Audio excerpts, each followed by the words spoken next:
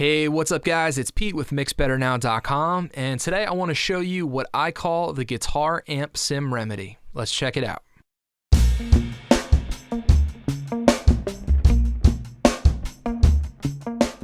All right, so we're in Pro Tools. I have a track pulled up from my good buddy Joe Gilder. Go check him out at homestudiocorner.com. Also, joegildermusic.com. Fantastic stuff. We're going to be taking a listen here. There is a bunch of very cool guitars in here, all tracked with guitar amp sims. I'm going to play it from a pre-chorus going into a chorus so you can hear what we got going on. But I was wrong.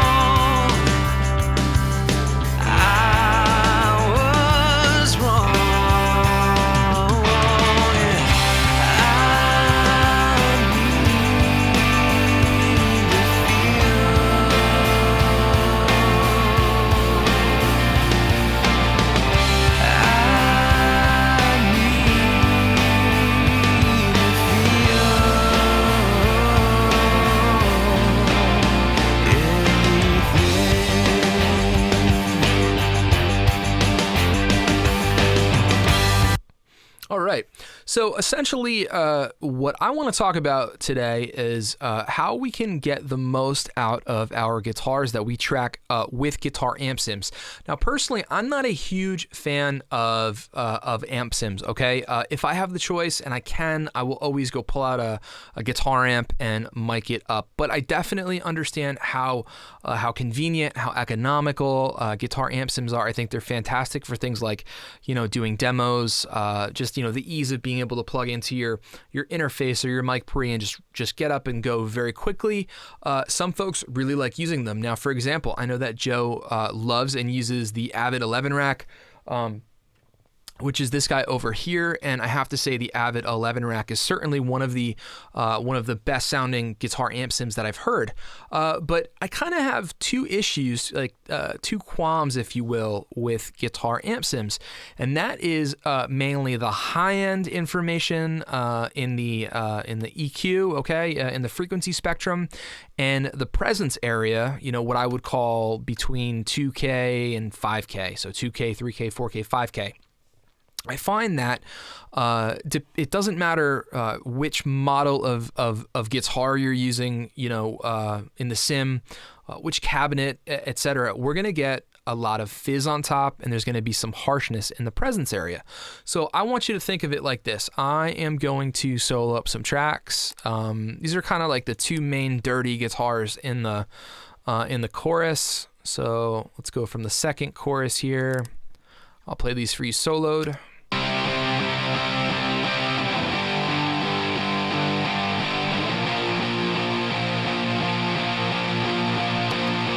Now, one advantage that this track has is that Joe really knows what he's doing. Okay, he's a professional.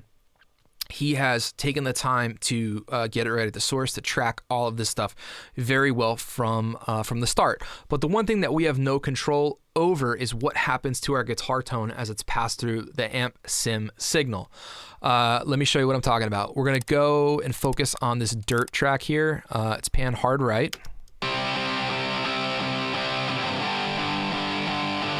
Now I'm going to bring it back towards this, to the center just so you could hear it a little bit better. And I'm going to open my preferred EQ of choice, which is the FabFilter Pro Q2. It doesn't matter what EQ you use, doesn't matter what plugins you use, none of this stuff matters. I just like this plugin for this purpose because you can see not just the EQ moves that I do, but it also has an EQ frequency graph in it.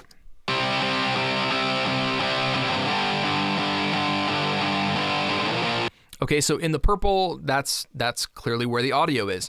Now, the concept here that I like to do is it's almost the inverse of using a high-pass filter on everything but your bass and your kick drum. So I'm sure many of you have learned or been taught to high-pass all your instruments except for your bass and your kick, or any other low-end instruments, like maybe you might have a sub synth or a cello or something like that. Now, the reason that we use high-pass filters in the first place is to get rid of any sub-low frequencies that we don't need in the context of our mix, because we're going to get low-end rumble, build-up, things like that. And it's also going to work against us in terms of preserving headroom. So on a track like this, you'll see that I'm doing some high passing, even though you'll visually see frequencies lower than this. All right.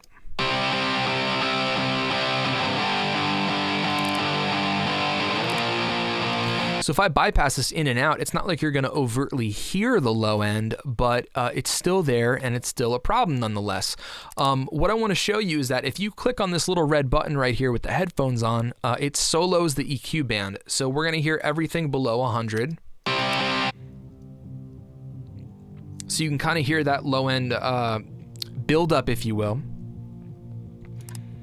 And the idea is that's what we're getting rid of on this track, on any other track that doesn't have low-end information we need. But I want to show you something very fascinating that I've learned about what guitar amp sims do to the sound of the source. Is they have this fizz. Most of the time, it's anything above 10K, 11K, 12K. We don't need there because it's not actually producing like a tangible high-end frequency that is going to help our sound. It's not going to enhance our mix. Let me show you what I mean. So if I solo this, I have the low-pass filter on, and it's set to around 10K. But I'm going to solo it, and I want you to listen to the fizzy sound on top.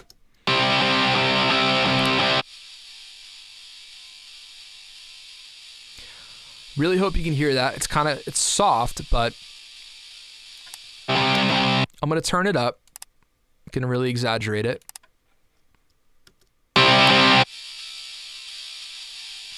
So you hear that fizz up top? Now watch as I sweep around.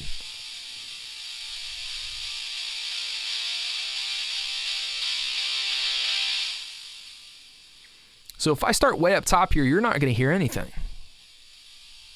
Nothing but fizz.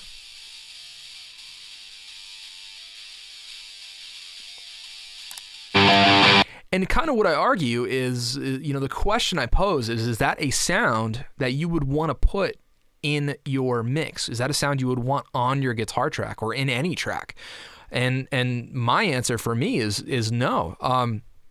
So what I do on guitar amp sims, whether you're using a Fender emulation, a Marshall emulation, a Vox, is I will roll off the top as much as I can, and I will listen with this frequency soloing feature on my EQ here. And as soon as I start to hear it get a lot more defined, I'll pull it back. And I know that, that's an area where I'm going to leave it. Now, if I bypass it in and out,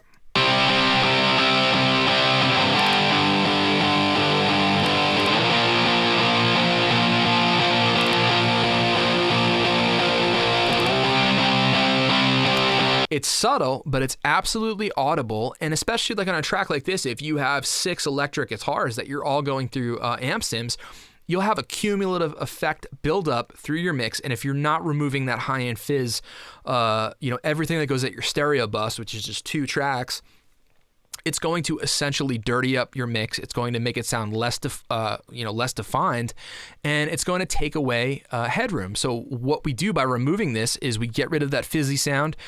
We take back more headroom, and the same theory is applicable with what I call this presence area. Okay, so what I'm doing is I have a cut at 3,500 hertz or 3.5K, and I'm going to click on it. And I'm going to solo this up, and I want you to listen. So here it is on. All right, and here it is soloed.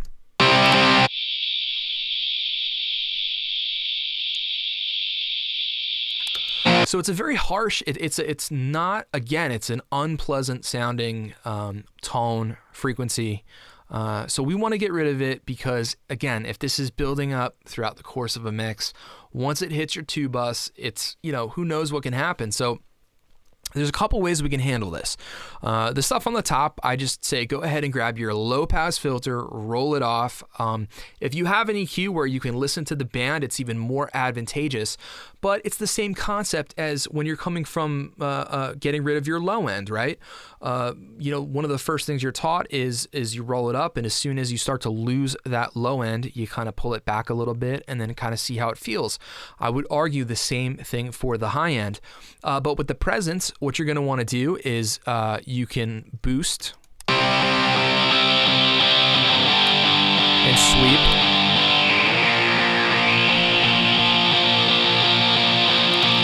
And then you can go ahead and you can make your cut. That's, of course, one way to do it. Another very, very cool way, an alternative way that I want to show you how to do it, is by using multiband compression. Now, multiband compression is an extremely helpful tool. I use it all the time. For me, multiband compression is more of a band-aid than it is like a staple, or a sound. So for me, like if I grab an 1176 to compress something or an LA2A to compress something, it's more for a purpose. When I grab a multiband compressor, it is really more to fix something or, because I want to get around some other area. So let me show you how we can do this with the multiband. So, you can grab any multiband compressor, stock with your DAW, any third party, doesn't matter. I'm using this FabFilter one. So what it lets us do is we can put a band in anywhere we want. So I'm just going to put a band in, just click and go. Now what's cool about this is I can solo it and I can listen to everything that's between these two bars. So the left bar is around 2K, the right one's around 8K, and we can reduce the size of it, we can narrow it, we can make it wider. So I want to kind of narrow in on it, and I want to hit solo, and I want to listen. Okay, so let's solo it.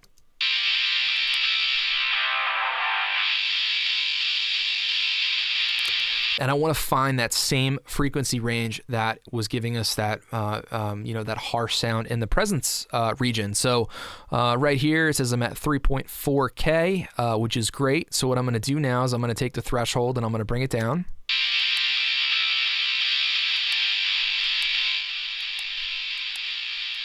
And I'm kind of being pretty aggressive with it here. Pretty fast attack, pretty fast release. I have a 6 dB on the range. If I lower this, we can get more compression. If I raise it, we can get less. But this is a good amount. So the idea is to dial it in so that it sounds good and you're not hearing the harshness.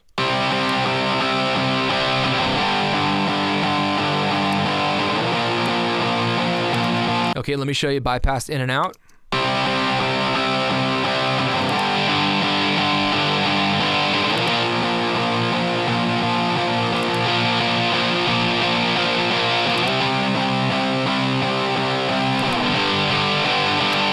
Right, really, really big difference. It really smooths the overall sound of that area, because that's an important area. We need that to punch through, to kind of cut through the mix, but at the same time, if we let it get out of hand, it becomes too harsh, and it can almost kind of like, hurt your ears or hurt your teeth or however you want to say it, but it's definitely unpleasant. So what I've done is I've already gone ahead and I have dialed in my multiband here.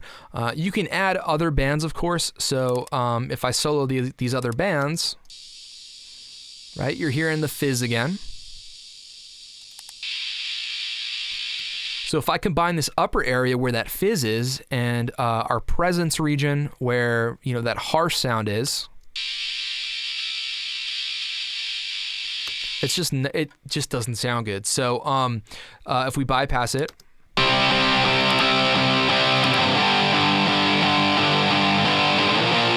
Okay, here it is in.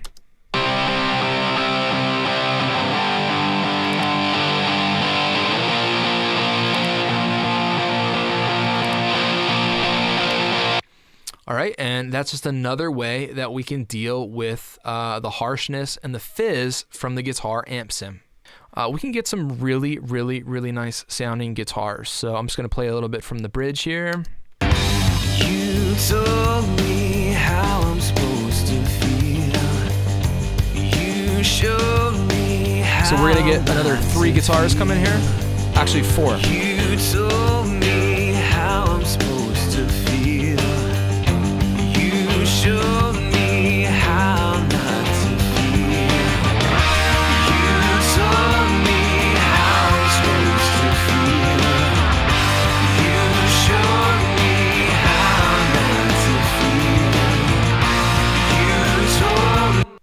So after we go ahead and treat these problem areas, I think whether it's EQing stuff out or using a multi-band compressor, we can get these guitar amp sims to sound way better. As you know, proof in this track, I think the guitars sound fantastic, and it's just a very handy thing to know, because I just don't know if a lot of folks are necessarily aware that there's not much usable high-end information, you know, above 10K, 12K on a guitar amp sim.